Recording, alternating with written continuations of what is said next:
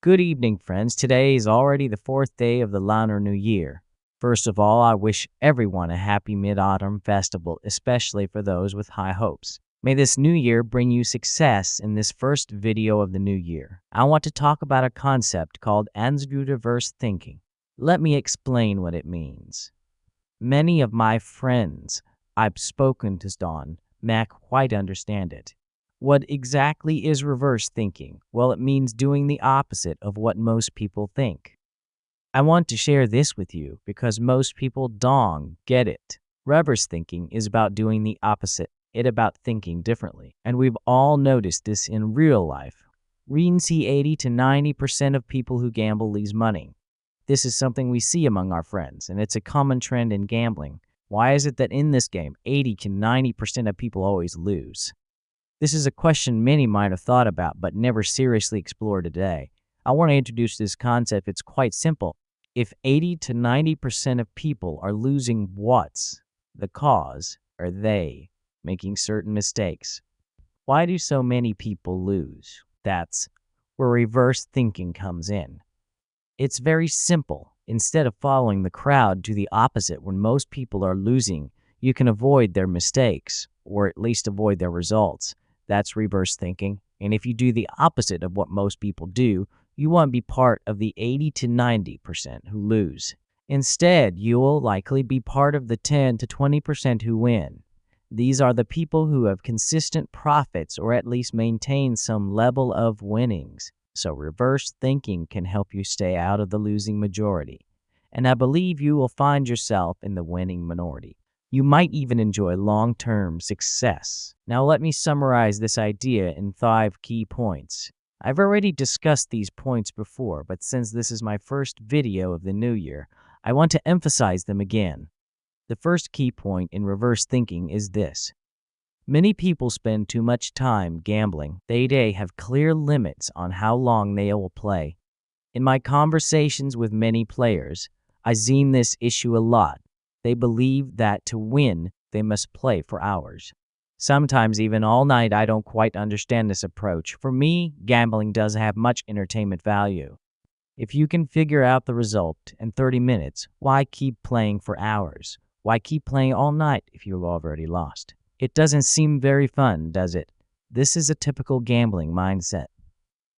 People like to stay in the casino for long periods. It's one of the most common mistakes gamblers make. To practice reverse thinking, you need to set a clear time limit for yourself. For example, decide to play for 30 minutes or an hour, whether you win or lose. That's how reverse thinking works in practice. I recently had a friend who started using this approach. He has quite a bit of money, but for him it's about having fun and not losing too much. He sets a clear time limit on how long he will gamble. And you'll see that it works well for him. So the first point is to set a clear time limit. Decide how long you will play and stick to it.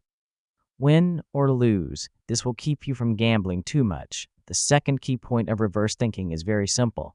Focus on making small, consistent wins. Many people want to win big quickly in just 1 or 2 rounds. They want to double their money right away, but reverse thinking tells us the opposite. It's better to go for small, steady profits over time. Don't aim for massive wins in 1 or 2 rounds. That's not a sustainable strategy. Small, consistent wins are much safer. They help you avoid losing everything in one big bet, so focus on making small, gradual profits. This is a key part of reverse thinking. The third point is about emotions. When you gamble, don't let emotions control you. When people lose, they often get angry or upset. They want to win it all back right away. This emotional reaction leads to poor decisions. They might bet bigger and bigger to try to recover their losses, but that usually makes things worse. Reverse thinking tells us to stay calm. Keep your emotions in check and stick to your plan. Even if you are losing, don't panic. Stick to your strategy and don't make rash decisions. This is a critical part of reverse thinking. The fourth point is to avoid chasing losses. Many people make this mistake. When they lose, they want to win back what they lost immediately, but this only leads to more losses. Reverse thinking tells us that if you are losing, it's better to stop and take a break. Don't chase your losses. If you keep chasing, you will just lose more in the end. So if things aren't going well, just stop for a while. Take a break, clear your mind, and come back later. This is also part of reverse thinking. The fifth and final point is to have a clear exit strategy. Many gamblers don't know when to stop.